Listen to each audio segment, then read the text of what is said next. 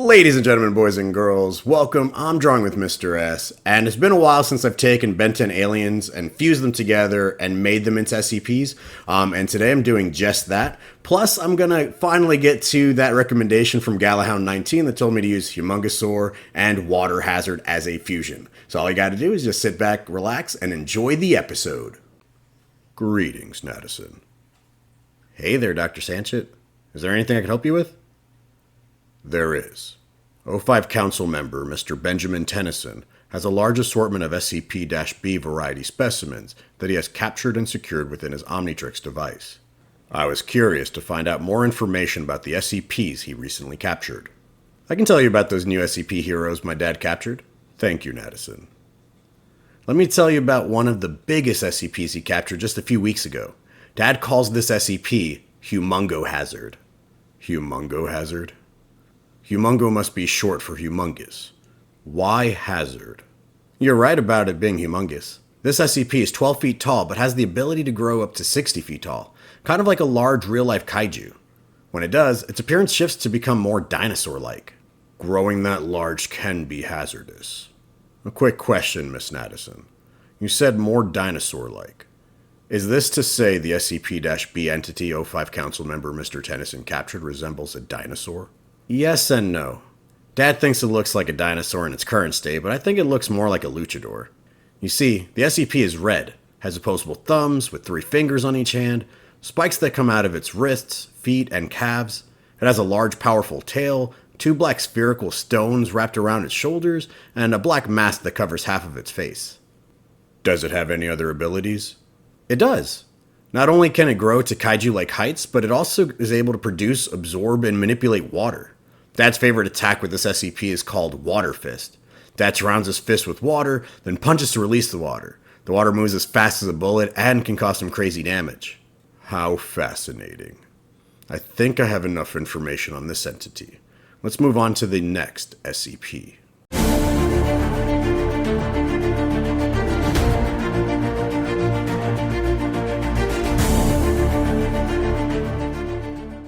I was with my dad just last week when he was called in to handle an anomaly somewhere in downtown Newark, New Jersey. Is this related to the bizarre ectoplasmic sightings? Yeah. The news thought it had something to do with some sort of ghost-related activity and even called in these old guys calling themselves the Spirit Busters. Anyways, Dad gets there and scans the residue with his Omnitrix. The DNA scan showed that it belonged to an SCP. Fascinating. I did not know the Omnitrix can scan DNA. I wonder if that has something to do with Mr. Tennyson being capable of transforming into the SCP entities. Further research must be completed. I guess I never thought about it like that. Anyways, Dad found himself in an abandoned building that was commissioned to be demolished. The reason he walked into the building was all the glowing green slime that was scattered across the ground. He told me to wait outside while he investigated, but I'm not really all that patient. I'm assuming you felt the need to touch the glowing substance? That's right. I walked over to a pile of the slimy goo stuff. I felt it squish between my fingers. Have you ever played with oobleck before? I had a science teacher that just let us walk on it and... Please, Nadison, keep to only the important details. Sheesh, fine. The goo started moving and collecting all in one spot. What was strange, besides the slime moving on its own, was what was controlling the slime. I can best describe what I saw as a miniature UFO. They controlled the slime and then forced it to take shape. Can you describe the form the slime took? It was an ever-shifting glowing green figure. Little tendrils would begin to hover above it and follow the UFO. The slime weirdly seemed to be using the stones for a belt and a collar of some sort. This is intriguing. What abilities does this entity possess? How did Mr. Tennyson capture it? Besides shape-shifting, the SCP was able to phase through walls. When Dad came in attacking the entity with his Excel blast form, the SCP tried running away back into the building. Dad would attack, the entity would split up into multiple gooey pieces, reassemble thanks to the miniature UFO, and run away while phasing through buildings. This repeated for a while until Dad realized that he shouldn't be aiming for the entity, but the UFO instead. Are you telling me that the actual entity is the UFO? That's what we suspect.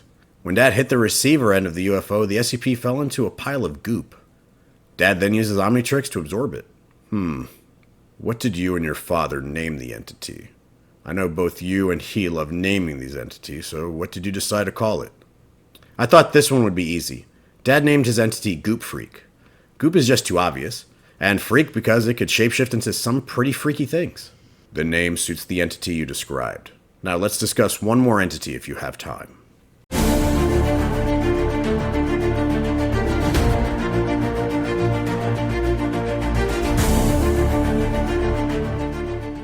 I'm gonna keep this one short. 2 days ago, Dad found an entity that could create energy from its crystal-like hands. He calls it Chroma Shock. Energy. What kind of energy would you say it is? It looked like electricity or even light energy.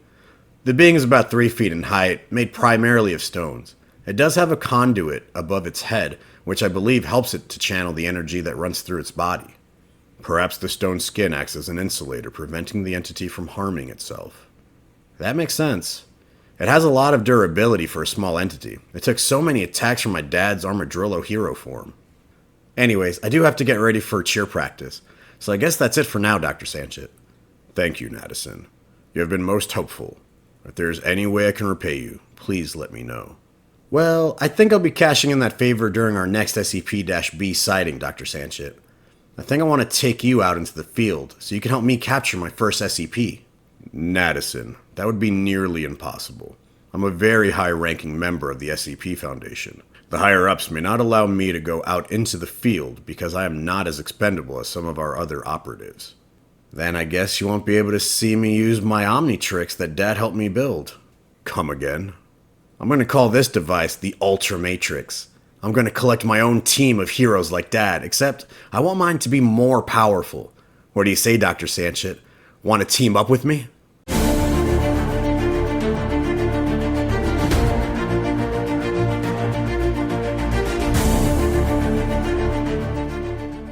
Well, I hope you enjoyed this episode. If you did, please show this video some love by clicking on the like button. Comment down below your favorite Ben 10 alien from today's episode, and tell me what other aliens you would like to see me fuse together in the future. If you are new here, please consider subscribing and joining the rest of my S-Squad family here on YouTube or through my Discord, link down in the description below. If you want to see more videos like this one, then I suggest you watch my previous Ben 10 Alien Fusions as SCPs episode, or watching me turn Ben 10 aliens into dragons. As always, I'm Drawing with Mr. S, and I'll see you all in the next video. Y'all take care of yourselves, have a good one, bye-bye.